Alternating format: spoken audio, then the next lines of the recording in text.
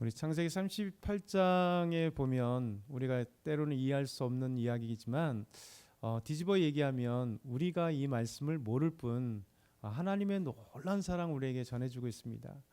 하나님은 연약한 유다, 그 환경, 그 모든 것을 보심에도 불구하고 하나님께서 원래 계획했던 하나님의 그 구원 계획들을 이뤄가시는, 사람들은 그 연약함 속에 마치 하나님의 구원 계획과 하나님의 놀라운 사랑을 받을 수도 없고 이룰 수도 없는 것 같지만 하나님의 놀라운 손길로 인해서 한 가지 한 가지 연약함에도 불구하고 은혜 주시고 부족함에도 불구하고 하나님의 놀라운 사랑과 은혜들을 이끌어 가시는 거죠. 우리가 계속 봤지만 야곱처럼 유다는 영적인 연약함이 있어요. 자식들이 첫째 아들이 어떤 죄인지 모르지만 여호와 하나님 보시기에 악을 행하여서 하나님께 죽임을 받았어요. 그러면 어제도 말씀드린 거잖아요. 유다가 정말 하나님 앞에 회개를 철저히 하든지 어떻게 하면 우리 아이들이 왜 범죄를 지었는가에 대한 어떤 물음을 갖든지, 그래서 둘째 아들에게 그 며느리 다말을 당시 형사취수법에 의해서 또 우리가 또 성경적으로 한다면 계대법, 형의 아내를 취하여서 자기 아내로 삼거나 아니면 아내로 삼지 않더라도 형의 씨앗을 주어야 되는 그것이 이제 계대법이라고 하는 겁니다. 그래서 성경에도 나오고 또 많은 나라에서 이런 법이 관습 아니면 법적으로 당연한 것으로 여겼던, 이제 우리나라가 요즘에 이해할 수 없던 거지만 많은 나라가 있었고 우리나라도 고대에도 있었다고 말씀드렸습니다. 그렇기 때문에 우리가 성경을 볼 때 지금 우리의 모습, 우리의 입장, 우리의 법으로 생각하면 큰일 나는 거죠. 그래서 성경 그 당시 그 문화, 그 법들, 그리고 하나님이 이끌어 가시는 말씀을 보면 그것을 배경과 그 내용들을 이해할 때 그렇구나 이렇게 이해할 수가 있는 겁니다.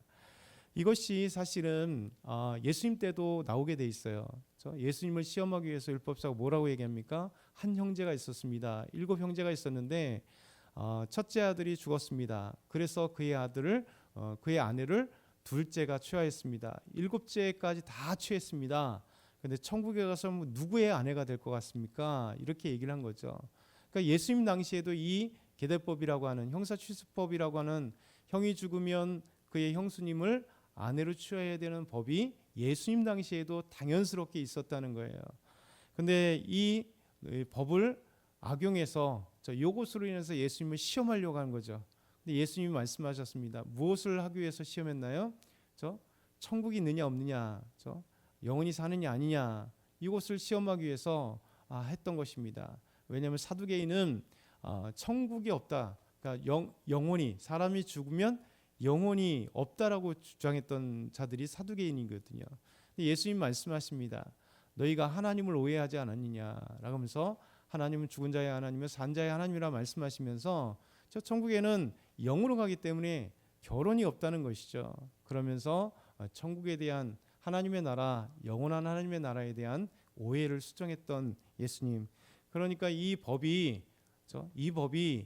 우리는 없어졌지만 예수님 당시에도 적어도 2000년 가까운 시간 동안 역사가 변해도 이 법은 유대 사회에 계속 있었고, 그리고 아직도 중앙아시아나 남아있는 나라가 많이 있습니다. 그 이유가 있겠죠. 왜 이 법들이 그 나라나 그 사회에 계속 존재하는지, 그만큼 중요했기 때문에 계속 남아있는 법인 것이죠.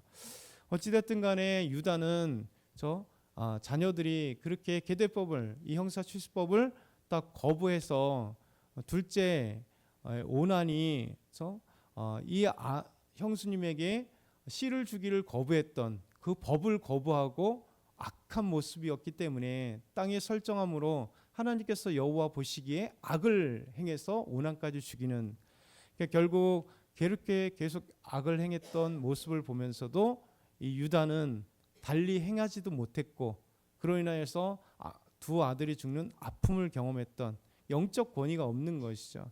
어찌 보면 우리의 모습이잖아요. 우리가 아이들을 정말 믿음으로 키우기 위해서 애쓰고 기도하고 있지만 우리가 이 야곱이나 유다와 뭐 별반 다를 거 있나요? 그래서 우리도 연약하잖아요.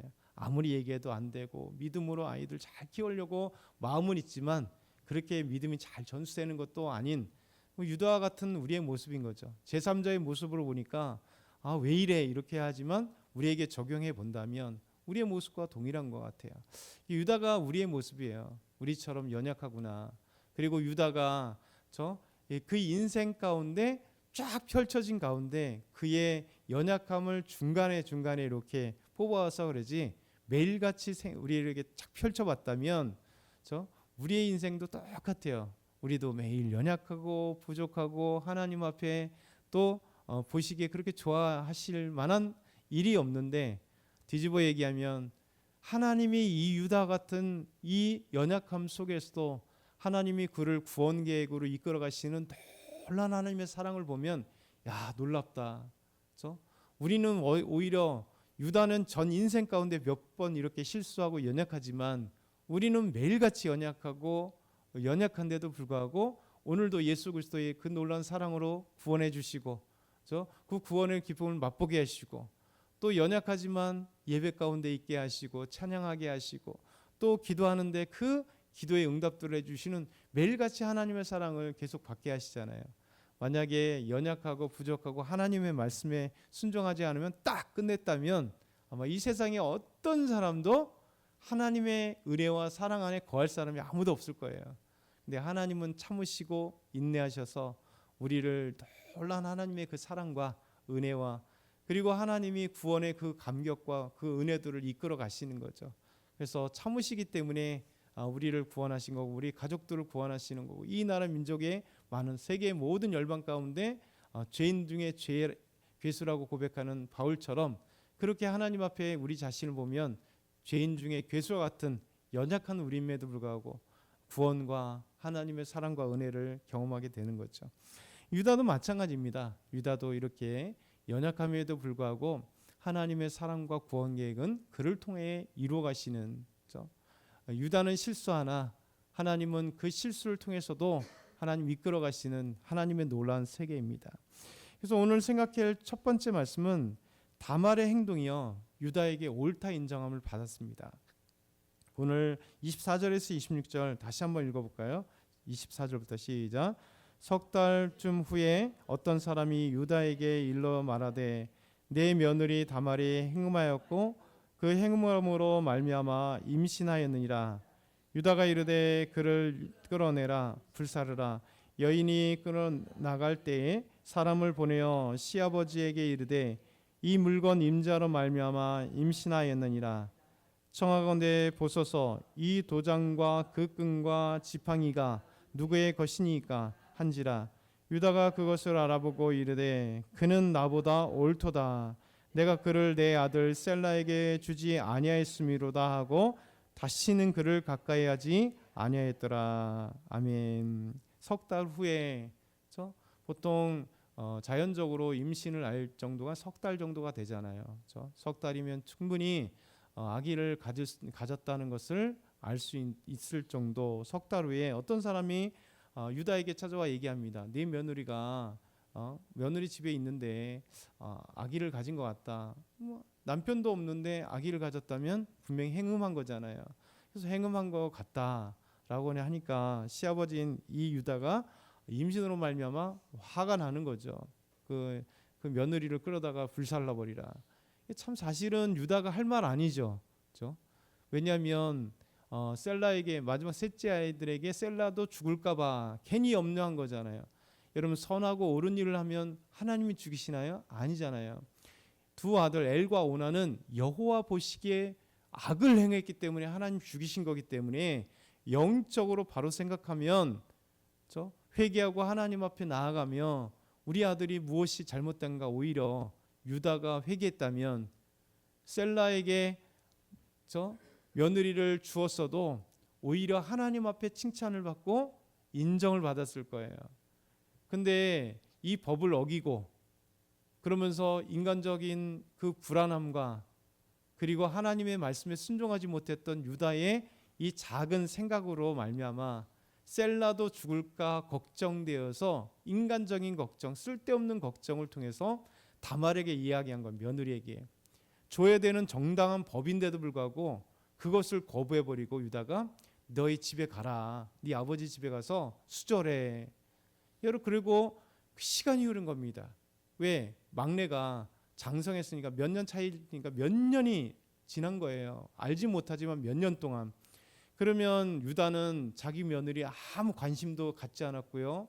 그 며느리가 어떤 삶을 살았는지도 아예 신경도 안 썼고요. 셀라가 장성함에도 불구하고 줄 생각도 안 했다는 거죠. 그렇죠? 그래서 다말은 너무나 정당한 방법. 왜? 이 계대법이라고 하는 건 뭐냐면 형사주치법에는 형이 죽었으면 아내가 되는 것, 그 동생이 아내 형수를 취하는 법이지만 계대법은 비슷한 것 같지만 약간 더 달라요. 성경의 계대법은 요것과 함께 되는 게 뭐냐면 남편이 죽었으면 남편의 가장 가까운 친족에게 시집을 가야 되는 거예요. 그래서 아기를 낳아야 그래서 대를 잇게 되는 겁니다. 그래서 우리가 룻기를 보면 보아스가 그렇죠? 룻이 나오미와 시어머니와 함께 했을 때 남편이 죽었고 동생이 죽었잖아요. 형제들이 없습니다. 나오미와 룻만 다시 베들레헴 자기 고향 땅으로 나오미의 고향 땅으로 왔어요. 그런데 거기서 먼저 첫 번째 해당되는 게 누구냐면 가장 가까운 친족이 있었어요. 근데 그 룻과 나오미의 그 형편을 보고 나는 룻을 아내로 삼을 수 없어요. 거부했잖아요.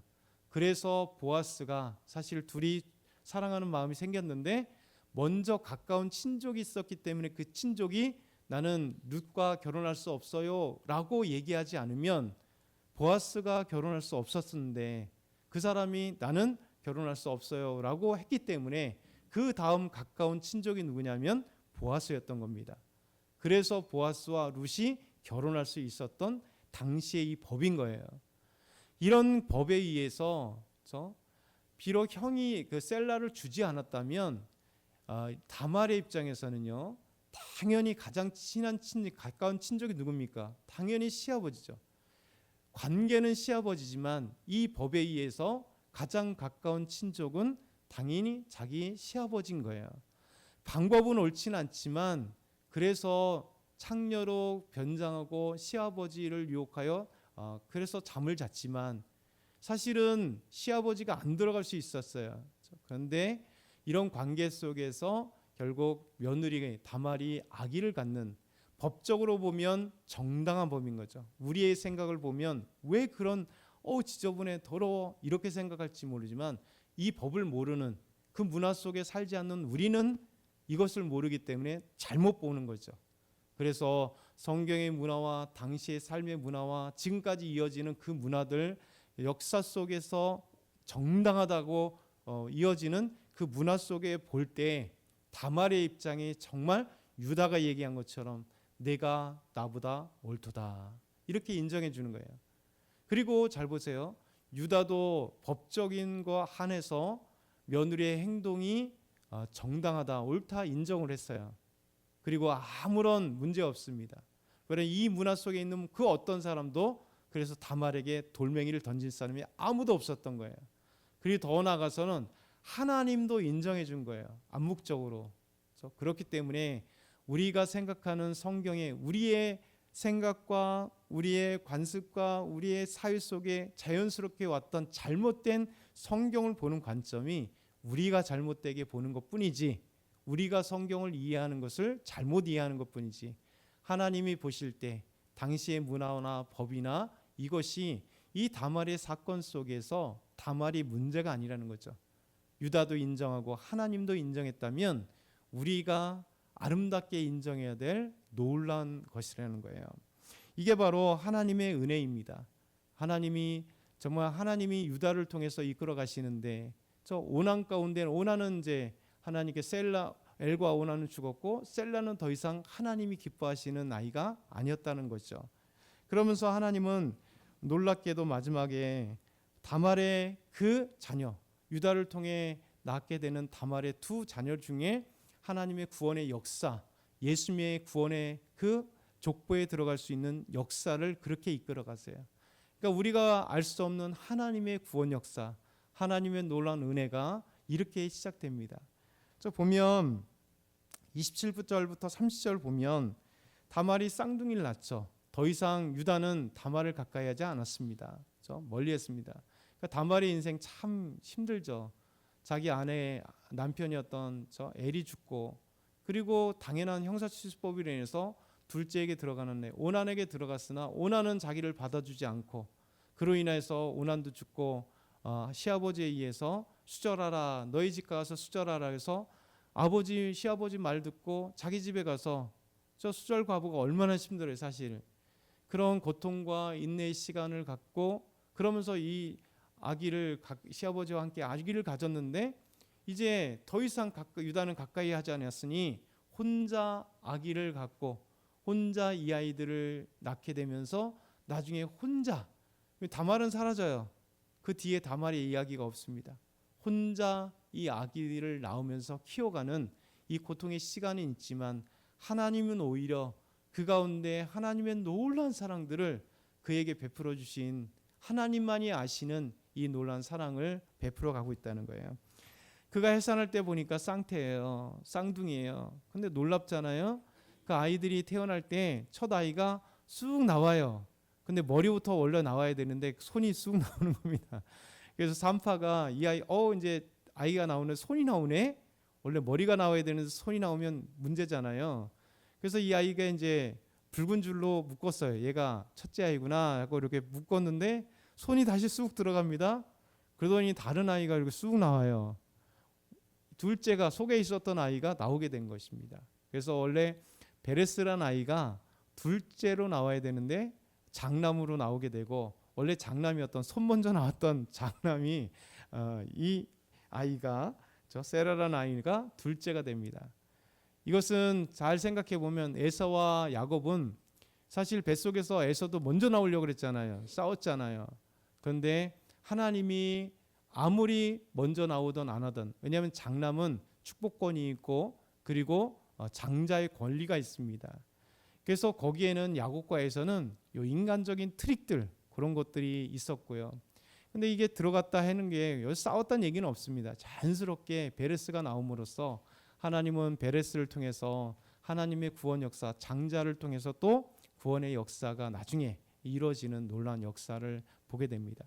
그러니까 신기한 이 야곱과 에서도 그렇고 베레스와 세라도 태어날 때 신기한 이 사건들이 벌어지면서 하나님의 놀라운 은혜를 주신 거죠. 그러니까 하나님은 창세기 38장을 갑자기 탁 놔요.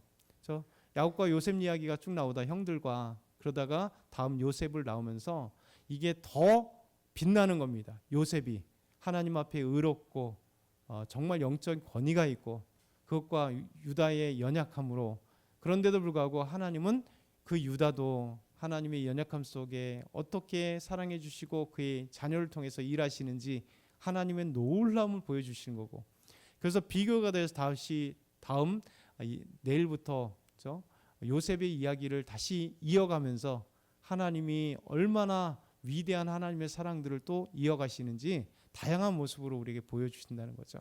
오늘도 이 말씀을 좀 기억하면서 우리가 모르는 하나님의 놀라운 세계에 대해서 인정하고 또 생각하고 감사하고, 또 우리의 삶을 되돌아보면서 우리에게 적용할 때 하나님 감사합니다. 이 연약한 저를 끝까지 사랑해 주셔서 말할 수 없는 사랑을 베푸셔서 감사합니다. 오늘도 누리는 저와 여러분이 다 되길 소망합니다.